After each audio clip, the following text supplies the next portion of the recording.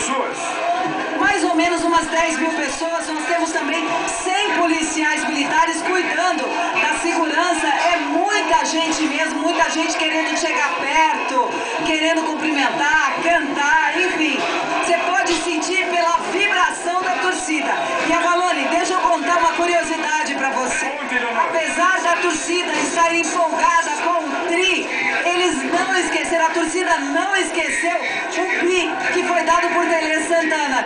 Então, durante toda a manhã, muitos torcedores gritaram aqui no Viaduto do Chá, na Praça do Patriarca, pelo nome de Tele Santana.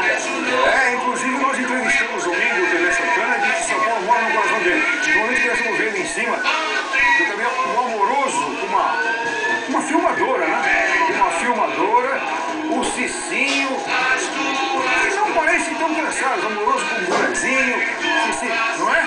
Não parece tão cansado. Alex, esse quem é esse? Eu não estou reconhecendo esse aqui. Alex, Cicinho, amoroso, o São Paulo. Eu queria mais uma imagem da torcida do São Paulo festejando os tricampeões, entendeu? Realmente é gente, está tudo congestionado ali, olha só.